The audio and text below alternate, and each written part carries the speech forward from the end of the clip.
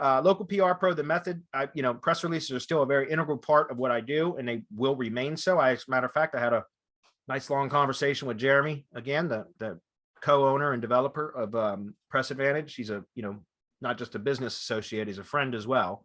And we had a nice call last night. He's continuing to develop and put resources into Press Advantage. It's fantastic service. Some of the things he was telling me about last night, I can't reveal here, but he's got a lot of things he's working on.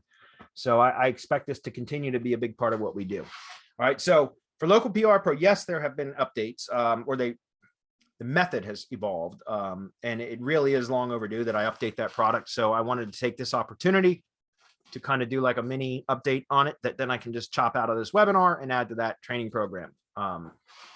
So anyways, here we go. Starting with PR silos. This is the update for December 9th, 2021. The best practices for SEO using press releases. I have switched very much so my methods of using press releases to link to the money site. I used to do real aggressive press release linking to the money site. So I would do a ton of press releases that would link back to the money site and internal pages, blog posts, whatever. I don't like to do that anymore. Why? Because I like to keep my link profile incredibly clean. I've talked about this a lot over the last few months with you guys and in other venues. I like to treat my money site like with kid gloves now. I really like to be very, very strategic about my link building to the money site and to the Google Business website and to the CID map URL. The CID map URL, again, I was chatting with David about this yesterday.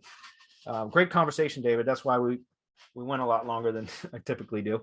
But yeah, it's funny because I think he said something about in some other venues or forums, groups, whatever, there were people talking about if you're doing a lot of aggressive link building to the CID map URL, it can actually, that people have seen some negative effects of that. And he asked, have I seen that? And I haven't seen that because I'm not doing aggressive link building to the CID map URL. I treat that as if it were a money site, which means I'm very, very, very picky about what links I build to that. So just to go back to what I'm talking about, guys, as soon as Process Street loads. See, Michael, I still have stuff in Process Street. It's not all been moved yet. So the location landing page or self-hosted money site, right? One and the same. The GMB website, or this graphic needs to be updated, the Google Business Profile website and the CID map URL. I treat all of those as tier 0, ground 0, right? Money site, right? So all of those now, I try to treat them the same. So that's why I haven't seen any negative effect from building links to this URL, because I only build, good links, usually from branded assets to that. And it's very strategic in how I do it, right? So I haven't experienced that. But in the past, I used to do a ton of link building with press releases to the money site. So like, in other words, every time I would do we would publish a blog post, it would get a press release. Not every time, because sometimes we were publishing 2 or 3 blog posts per week, but usually we would select, depending on the client, some clients are getting 4 press releases per month. Some clients are getting 2, but we would generally select a press release, a post. And then that's what we would publish a press release about, and it would link to the post. And so we would do that often. I don't like to do that anymore. And it's not that, there's anything wrong with the press release links. It's just that I don't like to do that. I prefer to only do 1 press release or maybe 2 to the money site when I first start a project, and that's using a brand/URL anchor. So in other words, I'm either going to do 1 press release with a brand anchor or a URL anchor, or perhaps 2 press releases linking back to the money site with 1 being a brand anchor and 1 being a URL anchor. Does that make sense? And that's just so that I can bump my anchor text ratios up real high in the brand/URL anchor text category. And then from there, I like to just build links to my money site using mostly branded branded assets, tier 1 assets. And that's where I'll start building target anchors mainly. So again, target anchors are keyword plus location modifier back to the money site through branded assets. Then I power up those branded assets, right? And that is my link building strategy right there. Now there's a dozen or more different ways that I do that, which I'm not going to get into here. That's the secret sauce to my link building service. I can talk about some of it, but I'm not going to share all of it. But what I'm saying is, you know, I like to use press releases to boost that brand/URL anchor text ratio real high in that category. And then I use my tier 1 branded assets to build target anchors until I get the desired. Because here's the thing, guys, if you going back to this again, if we go back to what I talk about with anchor text ratios, let's see, that should be in here. Okay. So we talk about these 5 different types of anchor text ratios, right? These are the different categories. Let's see if I can zoom in on that. Whenever we're building out these assets, guys, we're going to get a lot, naturally, we're going to get a lot of frame anchors, right? So frame or empty anchors. Okay. I also use you know, I use my own branded URL shortener, tchq.link for tree care stuff. So tchq is, you know, treecarehq.link. It's just I got WordPress and Pretty Link. So I like to use a lot of my own link shortener stuff. So a redirect is also an empty anchor or frame anchor. So iframes and empty anchors and redirects are going to be pretty much naturally built through this process, because we do, you know, a lot of iframe stacking, the ID page, Press Advantage organization page, the G site, the you know, all of those different things. So we get a lot of, or several empty/frame anchor links built to our tier 1 or tier 0 assets, I should say. Okay. Then just by the nature of local projects, you're going to get a lot of miscellaneous anchors built by scraper sites and those shitty directories, web link sites, you know, that just go out and automatically add you're going to get a lot of generic anchors or miscellaneous anchors naturally. Okay. So I don't really build any of those. If you do a lot of research, like in your industry or industries that you work in, you'll notice probably, I don't know, and this might not be true, but I've noticed that I see very few topic anchors anymore on a local level, which is just keyword only, right? But I do see target, a small percentage, but I see target anchors, keyword and location modifier. So that's why I said I like to push my brand URL anchor text ratios real high with press releases right off the bat. And then I like, again, miscellaneous anchors are going to occur naturally. Frame and empty anchors are going to occur naturally through this process, building out these tier 1 entity assets. So what's left? What's left to build is target anchors. That's it. I mean, it's that easy, guys. You know, again, when you got good, well-tuned content, good site structure, if you follow that recipe right there. Now, again, it depends. It's going to, you know, a lot of variables go into that, but that's the method I use, right?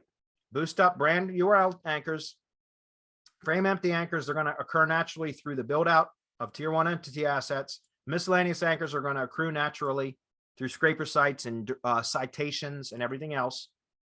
So the only thing that's left to build is this. And so that's where I do that with these tier 1 entity assets, right? I start to build out additional tier 1 entity assets with tuned content. And I'm also doing some very specific off-page link building now, back even to the money site, but I do it in a very, very specific way. And that's, again, it's kind of the process that I'm using for that. So when it comes back to the press releases, to get back to this, I only link to the money site like I've just mentioned. Okay. So that would be a brand URL, brand or URL anchor with one press release, or sometimes I'll do 2 press releases, one having a brand URL, brand anchor, excuse me, and the other one a URL anchor, right? And again, it's just to push that way up. Okay. So then number 2 is I use embedded images now, as opposed to before I would upload them. I would upload geotagged and, you know, keyword optimized file names and all that, but I would upload them to Press Advantage. I don't do that anymore. I use hot linked images, which are embedded images. And where do I get those embedded images? From the location landing page, the URL from that, or from the GMB post URL, right? So for example, what I mean by that is, and I think I talked about this in in the content mirroring method. I'm sure I did. But here, if we just take a look at this, what I do is I will use that image right there. So if I copy that image address, we paste this in here, right there. In fact, let's just go open it up over here. That's up right there, that URL. That's what I'll use, because this is a geotagged image, although it's been stripped out now. The geotagging has been stripped. If you were to save this image and then view the properties, you'll see there's no EXIF data, right? There's no metadata. But it when on upload, Google reads it, Okay, so that's why we do it. But this has got the watermark, and it's a hot linked image, right? So in other words, when it's an embedded image, so that actually googleusercontent.com, which this is clearly associated with this project, is going to siphon some authority off of those press releases, right? So I either use the location landing page, like I said, an image from there. I see the stuff keyword in the background. Yeah, I know. You know, I turn the transparency up to somewhere around 80%. I'm told that you can actually turn the transparency all the way up and it still is red. I haven't seen anywhere that proved that though, and it's just I haven't looked to be honest. So I have it slightly visible. I probably don't need it to be that visible, but it hasn't caused any problems anywhere yet. So I've left it that way. But if anybody has any data that they want to share with me that shows that I can make it more transparent and it will still be effective, please share it with me. You know, I'll believe it. It's just I haven't actually seen it. What lower settings? I don't know what you mean. Oh, there you go. Yeah, he says Michael says Google stopped reading the lower settings as of late. Yeah, that's why I put it. That's precisely, Michael, why I made it just barely visible, because I always was like, you know, I wanted to make sure the bot could read it too, or the image, whatever. You guys get what I'm saying. I haven't had any problems with it. So I've left it like that, right?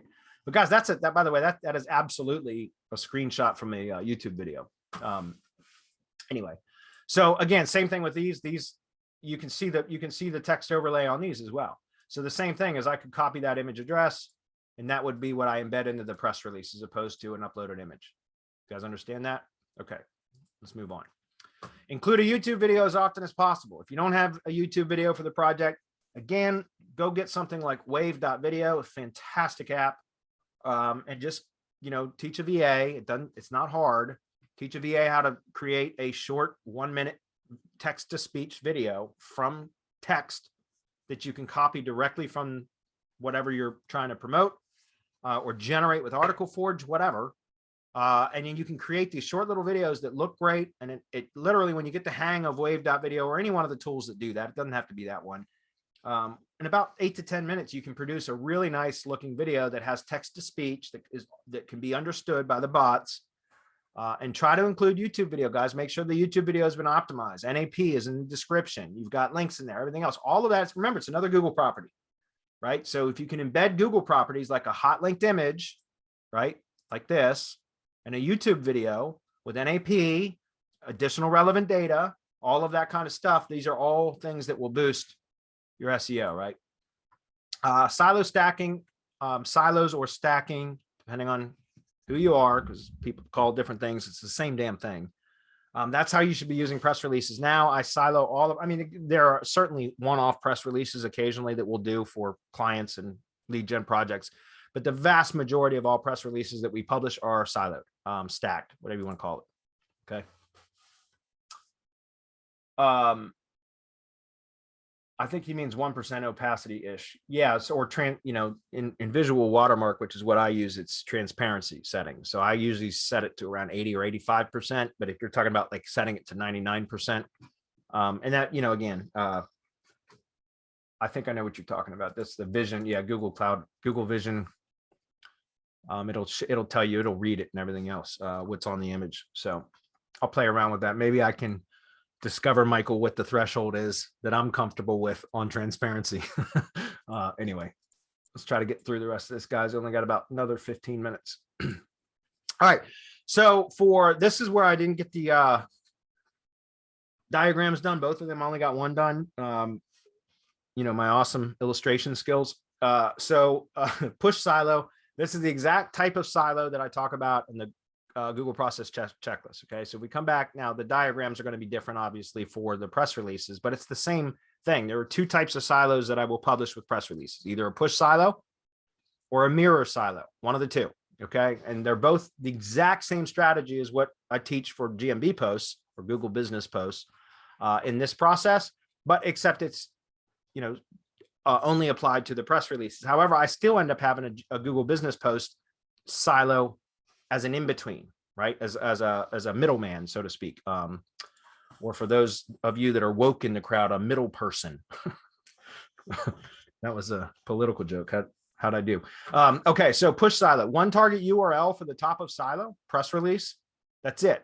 Again, in the original training, guys, I talked about, you could have up to three target URLs in the press release. I don't like to do that anymore. For silos, I like to do at the top of silo press release, one target URL, so that everything that I'm pushing is pushed through that one URL, right? Because all the subsequent posts are going to link to that the previous press release. So basically you're pushing all that relevance up through, and it all exits. It's push silo. It all exits through one target URL. Okay. So with the push silo, one target URL at the top of silo PR, money site page that links to the money site page with a brand or URL anchor only.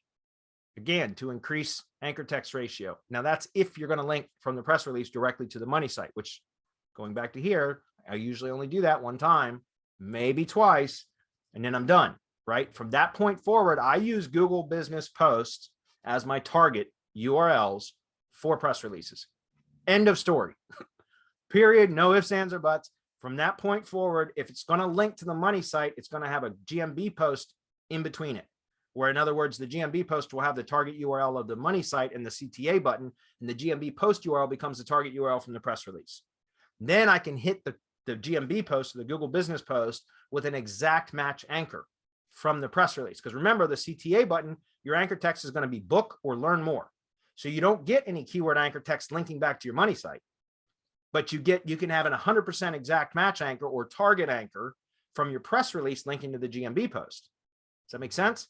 So again, going back to here, guys, like I said, if you're going to link directly to the money site, you can, but I only do it this way. I'm just telling you how I do it. Number two is my favorite PR targets of the Google Business Post website and the Google Business Post themselves, post URLs. Okay. Those are my favorite targets. And essentially that's pretty much all I use press releases for anymore, except for the initial seeding of increasing brand / anchor URL anchor text category, right?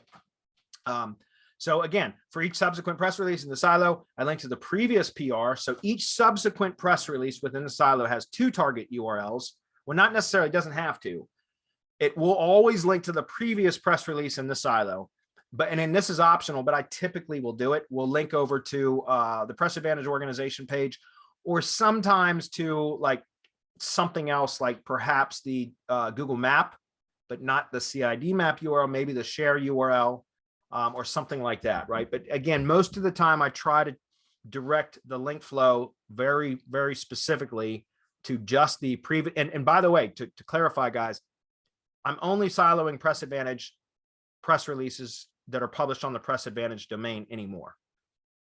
It just became a bit of a nightmare. Not only that, but it's a great domain. And if you guys, again, like let's, no, I don't want to go in there. You guys know the Press Advantage, the organization page, it has a do follow link, the naked URL right above the map. That's a do follow link. Then it's got the map embed. Then it's got the iframe website underneath. Then it's got the 0x0 pixel in the bottom left corner, which is great for an S3 page. That's where you iframe the ID page in. So you've got your iframe stack right there on the organization page. And then you even have a bit of an iframe stack on individual press release pages. So what I'm saying is, why in the past, again, it was just, my method evolved through testing and everything else. Why do any sort of press release siloing to any other platform? Just use Press Advantage, boost the shit out of that. And by the way, when you're doing that, make sure you're using the iframe URL for both the organization and the individual press releases. If you don't know what the hell I'm talking about, let me see if I can, let me just go into my Press Advantage account real quick, guys, and I'll show you what I'm talking about.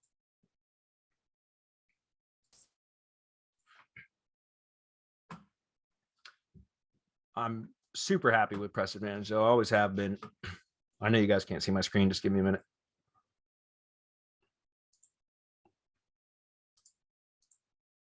Okay. All right. So on the organization page, you can see that we've got, that's a follow link, map embed, Facebook page. If you use it, I don't care whether I do or not, be honest, but there's the embed for the money site, and then, could be the Google Business website, whatever you choose. And then there's that 0x0 pixel, which is the S3 ID page that's iframed in there and hidden basically, right? But then each individual PR, like, right. Yeah. By the way, I was trying to get all the press releases published in this silo for the content mirroring method, and I dropped the ball last week. I didn't order another one. I just ordered another one today, which would be press release number 3 in that content mirroring method silo. So that'll be the 3rd press release. But anyway, you'll see here, this is what I'm talking about, right? This was a mirror silo, not a push silo. So the linking strategy is different. In a mirror silo, you're always going to have 2 target URLs for all your supporting press releases, because you're going to have one target URL linking to the previous press release and one target URL linking to the content that it's corresponding content on either the money site, or what I like to do is a GMB post or a Google business post in between, like I talked about. And by the way, I have that diagram done. That's the one that I did today. Hopefully this makes sense, guys. I will put this in the training once I finish it, and I've got to do the push silo diagram as well. But I feel like I did a better job on this one than the ones that I did in the Process Street Google process training. I tried to make this one a little bit clearer because I had some people that questioned me about my, and I was offended that they questioned me about my illustrations. No, I'm kidding. I'm not good at this stuff. So anyways, I feel like I made this a little bit cleaner. Hopefully this makes sense. I'm not going to go through this a whole lot, guys. You guys understand it's the same process as before. This is a mirror silo. The difference between a push silo and a mirror silo is with a push silo, each subsequent press release in the silo should only link to the previous press release. And optionally, it can link to what I like to do is the Press Advantage organization page, if I'm going to have a secondary link in the press release. But that's not necessary, because remember, a push silo is about forcing all that relevance up to the very top, and it exits through one point and pushes that target URL. That's the whole point of it. With a mirror silo, it's different. Each subsequent press release is promoting essentially a supporting blog post within the silo on the money site, or a section header on a long form landing page. Does that make sense? So hopefully that makes sense. And this is showing here, guys, like the whole linking structure of that. If, again, this is taking the content mirroring method out of it, which is the YouTube video and the G site. It's just essentially subtracting that, but using press releases still. Okay. And again, I put Google business posts in between now 100%. Okay. That's my preferred method, just because Google business website, you can push a ton of power. And again, it's got a do follow link that links to the money site through the CTA button, which is a miscellaneous anchor text, learn more or book, right? So I can do exact match or target anchors over here at the press release level that links directly to those. So you understand I'm pushing power to that supporting blog Google business post with super optimized anchor text, but it's going through a miscellaneous anchor button. So that's why I do that. All right. Anyways, I went off the side. This is the individual press release. And so again, here's what I said. I like to link either to the organization page, which the other part of the organization page is this. Oh, and by the way, what I mean by the iframe version, if you're on an individual press release, right where the first / is after pressadvantage.com, just put an I underscore. So it's I underscore story. That gets rid of the header. And this is the iframe version of it. Essentially, you're not pushing any link juice back to Press Advantage. Except for, I think down, no, it looks like, whatever. Anyway, maybe it's on the organization page. There is still one link to Press Advantage somewhere on one of those. It's probably the organization page. Let's take a look. And the same goes for organization page, guys. If you put I underscore in front of organization, it's going to achieve the same thing. Okay. Oh, right there where it says Press Advantage. That's the only place you're bleeding any link equity to Press Advantage, is that right there. The rest of it, when you're using the iframe version of the organization page or the individual press release, it looks like there's no bleed. Yeah, it looks like there's no bleed. It's just the only bleed would be here on the organization page through that URL right there. Does that make sense? So it gets rid of that header and everything else. So that's why I said those are my 2 primary targets. I don't mess with any others anymore. Digital journal, I'll still do some stuff with occasionally, but those are the only 2 that I will ever do anything with, is digital journal and that's not even all, that's infrequent. It's mostly just all Press Advantage stuff now, because this is a great domain. It's, iframe stack built right into everything, individual press releases as well. And then what's also cool about this is, remember, each time you power up an individual press release, you also power up the previous press releases because they're linked to down here. Does that make sense? So very, very powerful. Alan says, is it best to get our own Press Advantage account? Absolutely, Alan. I mean, if you're going to be using press releases a lot in your SEO strategy, you should absolutely have your own account. And by the way, we have our affiliate link that will still give you the option to get a 3 press releases per month subscription through Press Advantage. If you want that link, let me know. I'll give it to you. But Jeremy always takes care of Semantic Mastery members. So if you want a bigger subscription than just 3 press releases per month, I'm sure he won't. Well, I'm not going to say that because I can't speak for Jeremy, but Jeremy has given out some crazy good offers in the past that he said, I'm never giving that offer out again. But occasionally a mastermind member will approach him very nicely and he'll make an exception. So if it's something that you think you're going to do a lot of, Alan, then I would recommend that you just get on a call with Jeremy, and you can just tag him in the Facebook group, the mastermind Facebook group, and he'll get with you to schedule a call. And you could probably ask him very nicely to open up an offer for you, a good offer for you, and he very well may do it. Again, and I highly recommend that you do. Critical part of what I do is press releases. All right. Also, with all the CTR stuff, Michael knows I've talked about this a lot in the Viper tools, but it's a fantastic strategy to use press releases for referral traffic using Viper tools or any CTR bot. It's just really, really good strategy. Oh, and something else. God damn it, I'm going to run out of time, guys. I just want to show you guys, this is still ranking. The one that I allowed Viper tools, the CTR campaigns that I had for that patch hack that I shared with you guys, like that just flat out works. My traffic campaign stopped in Viper tools on November 16th. And because I was all wrapped up with trying to get, that's when I was recording the training for the content mirroring method. And it took me almost 3 days to do that training. So like, I just allowed those Viper campaigns to just stop running because they had expired essentially. And I didn't re-up them. And so the patch article started to slip because it hadn't had any, or CTR manipulation done since the 16th, which is when those campaigns ended, November 16th. So today I just went in and I cloned those campaigns and changed the dates and restarted them again. But I suspect it's just going to take a week to 10 days and it'll be back to the number 1, number 2 position again. But guys, if you don't know what I'm talking about, go search the Facebook group for the patch article hack that I was talking about. It's just a great, great trick. Rest in tree service, still number 3. Guys, free. It's a free account. You just put well-tuned content in there. I talk about this in the Google process checklist. There's and again, some of you guys might have heard this before, but for those of you that haven't heard this, go do this. Go through the Google business process checklist, go to the part where I talk about patch article, go create a free account, set up an article exactly the way that I tell you how to do it in the checklist. And then when you're done, go to Fiverr and get that 1 gig with the upgrade. It's $17.50 with the Fiverr fees.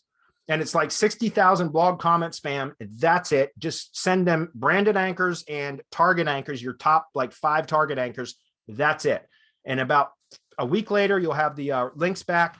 And about 30 days later, the shit will rank. It's crazy. It's absolutely, in very, very competitive areas, it's taken 2 months to rank. But, and with CTR. But for, less competitive areas, which this one's less competitive, but it's number 4 now. And again, I let the CTR campaign, that's the primary keyword right there. I let the CTR campaign expire November 16th. And so it's had no CTR manipulation since then. And it's still on page 1. $17.50 Fiverr gig and about 20 or 30 minutes of your time to develop an article, which you can train a VA to do. So if you guys are not doing that and taking up another spot on the front page of the SERPs with the patch article, why the hell aren't you? You know what I mean?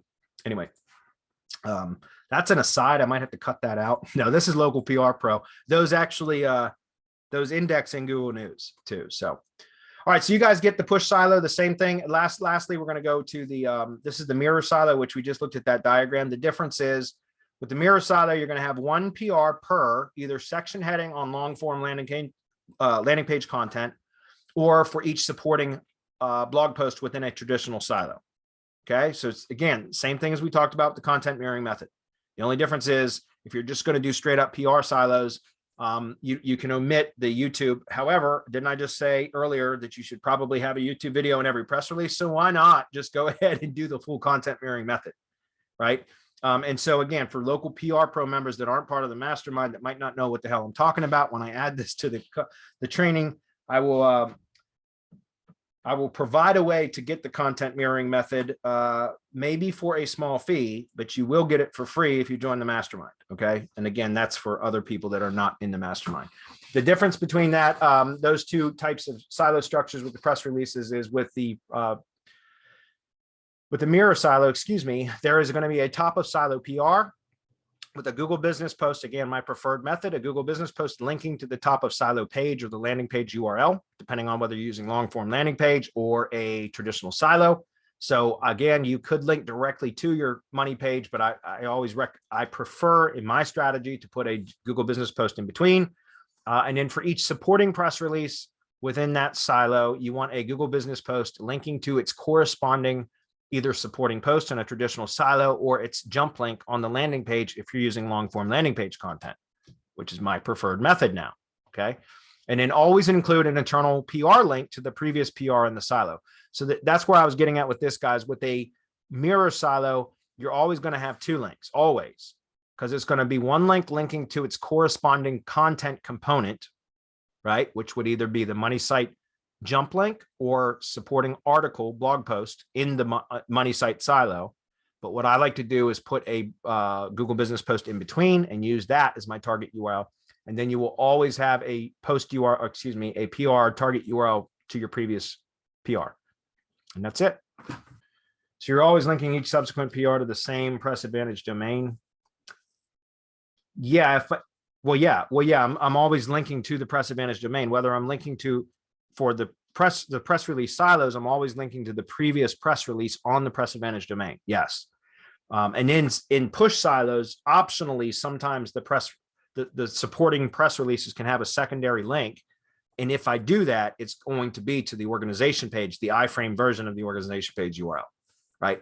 But not all push silos. I mean, it's optional. You can if you want, but again, the whole point of a push silo is to push all the relevancy up to that top of silo PR that has one target URL. And that's what you're pushing, right?